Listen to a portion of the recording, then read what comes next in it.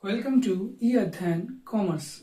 Today we will learn about one of the most important tools of monetary control by the central bank, that is RBI, that is the repo rate and the reverse repo rate. These are the two vital rates that are used by the Reserve Bank of India to control the flow of money in the economy. So we will learn about them one by one in details. First, we understand repo rate. So what is repo rate? Repo rate is the interest rate at which the central bank, that is RBI, lends money to the commercial banks. Okay, it is the interest rate at which that the RBI is lending money to the commercial banks by borrowing government securities from them. So you can see that it is the interest rate. It is the interest rate at which the central bank, for us it is RBI, lending the money to the commercial banks, and in return it is borrowing the government securities. So you see, when it is lending the money to the commercial banks, it is asking people to take loan from these banks at a cheaper rate. So public will borrow the money. Okay, so when the RBI is lending the money to the banks, banks then will lend the same money to the publics, and that in return, when the money supply is increased in the hands of the public, they will invest more and they will spend more. So RBI is lending to the commercial banks, in exchange makes people, the public, invest more, spend more. So repo rate is used to inject liquidity,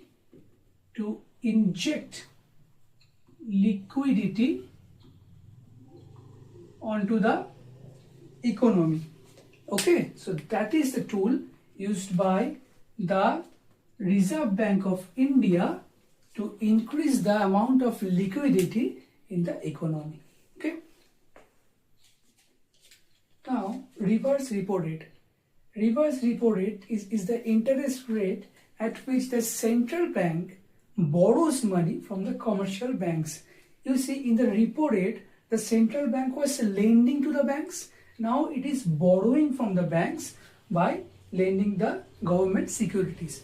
You see, what is the relationship between the repo rate with the reverse repo rate is that the repo rate is there to inject liquidity in the economy, but the reverse repo rate helps in absorbing the excess liquidity from the economy.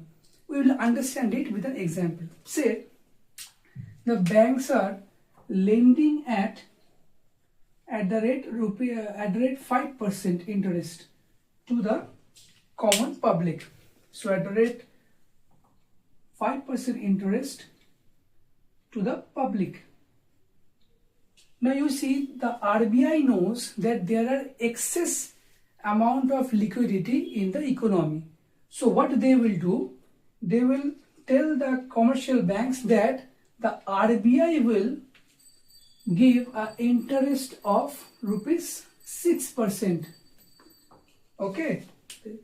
The RBI will tell the banks that they will give an interest of rupees 6%.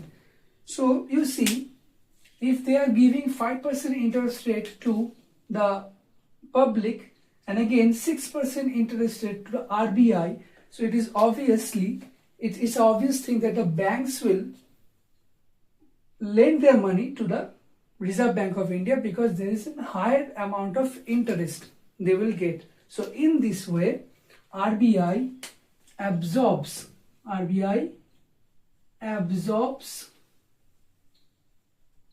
excess liquidity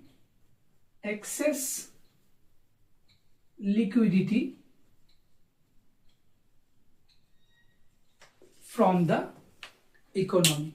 Okay, so reverse repo rate is the tool by which RBI absorbs the excess or enhance liquidity from the economy. Okay. So just to summarize this, repo rate tells that it is the interest rate at which RBI lends to the banks by borrowing the government securities, and it is done to inject liquidity in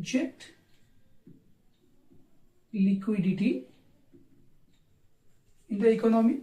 And the reverse repo rate tells that it is the interest rate at which RBI borrows from the banks by lending the government securities, and it is done to absorb excess liquidity from the economy. So these are the basic things that the repo rate and the reverse repo rate is doing. It is that one is injecting liquidity in the economy and the other one is absorbing the excess liquidity from the economy. So that's the idea. Now we will study the relationship of both the rates with inflation rate. You see, in case of repo rate, the RBI is lending at a cheap rate to the banks, and then banks in return lends the same money to the public. Now that will give us higher amount of investment and higher amount of spendings from the public. But if you see that if the repo rate is low,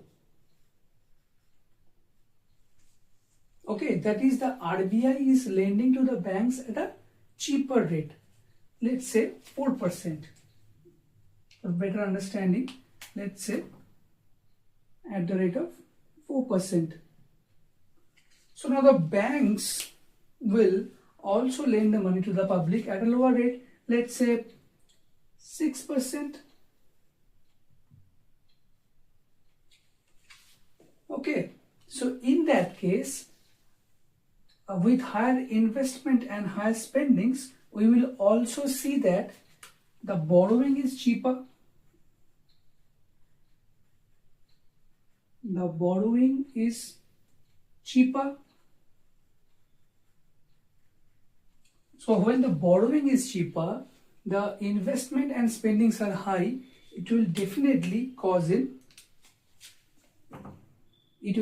stimulate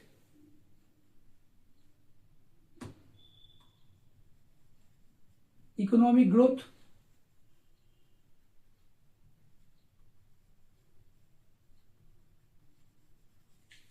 Okay, it will make the borrowing cheaper and definitely it will stimulate the economic growth.